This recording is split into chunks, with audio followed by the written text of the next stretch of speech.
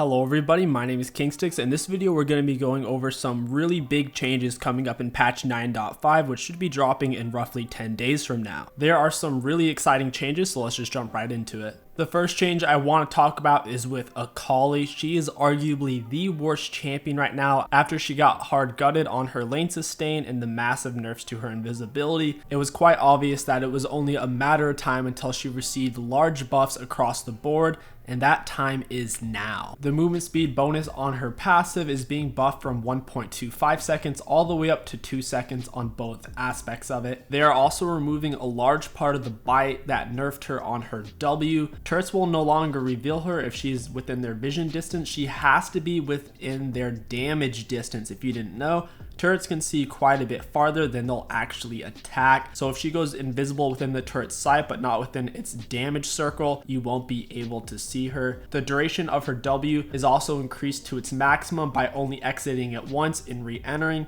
This will make it really easy for worse Akali players to look better on her because they'll only need to exit once and re-enter to get the full duration. Typically, an experienced Akali player will constantly be using Qs and their passive while in their invisibility, so it's not going to be a big buff to them. This is just going to make her more playable to people who aren't that great at her. The only situation where this is going to help out really good Akali players is if they're just trying to sit inside their invisibility for as long as possible, waiting for their ultimate to come off of cooldown, or maybe waiting for their E dash to come up. So it still definitely is a buff for everyone, but overall it's a better buff for newer Akali players. Akali's E is also getting a bandage buff. Its base damage is going up by 10 at rank 1, and at final ranks it is going to be up by 30 damage. It's not going to be too meaningful since Akali never maxes that ability first, but it will be nice to have that extra damage in the late game. Akali's R is getting a significant buff. The cooldown on it is going down by 20 seconds at rank 1. This is pretty huge since her early and mid game is her best time to shine with her high mobility and damage. With all these buffs combined, I believe Akali will easily be able to make it back into the top of the ban rates, and we won't be seeing her too much anymore. It's not really since she's overpowered, it's more because she's annoying to play against, and people would rather use a ban on her than maybe banning out someone who is truly OP.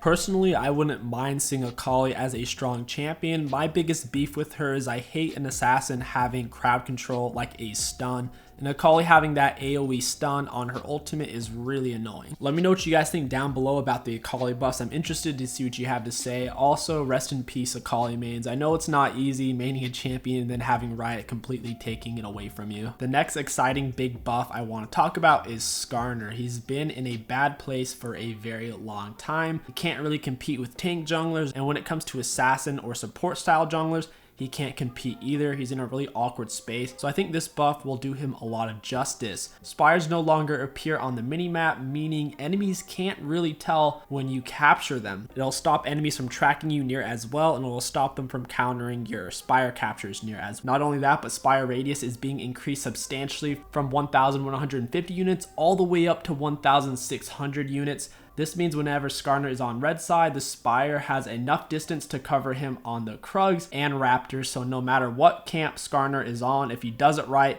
he can be inside the spire getting the extra bonuses to take out his camps faster. It'll also be nice if someone tries to invade him, he'll have a lot more space to fight under his spire, making him much more difficult to 1v1 in the jungle. Seeing things like Karthus completely dominate the jungle tier list is very telling that jungle is in a bad spot. Seeing more traditional style junglers is very refreshing.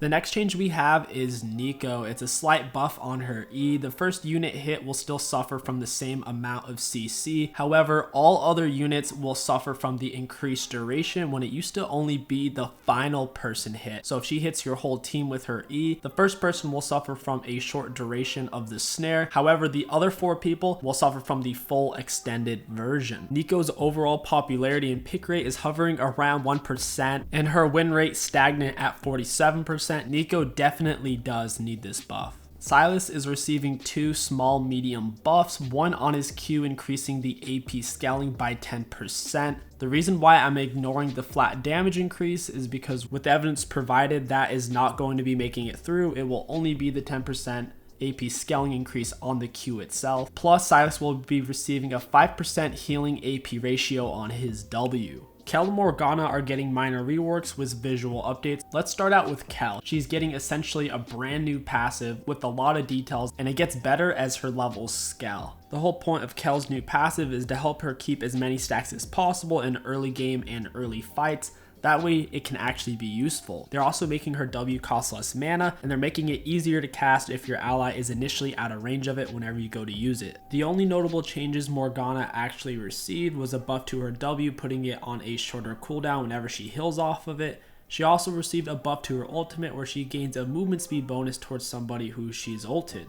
Teemo is also receiving a mini rework. His new passive is no longer invisibility, it is now toxic shot, which makes a lot more sense in my opinion since that's one of the main staples of his kit. His toxic shot has a few extra benefits such as the damage is amplified by 50% whenever there are other poison debuffs on the target. So I'm assuming people like Twitch and Cassiopeia will be good with Teemo, plus some of Teemo's spells also apply poison debuffs. For example, Teemo's Q applies a poison debuff. To make up for this extra consistent damage, they are pulling off some of the AP ratio away from his Q, while also pulling off some of the base damage. Teemo's W no longer breaks stealth. Most importantly, Teemo's E, which is his new invisibility, which is now inactive. After a 1 second delay, Teemo enters camouflage for 3 to 5 seconds. Teemo is slowed by 25 to 15% depending on the level.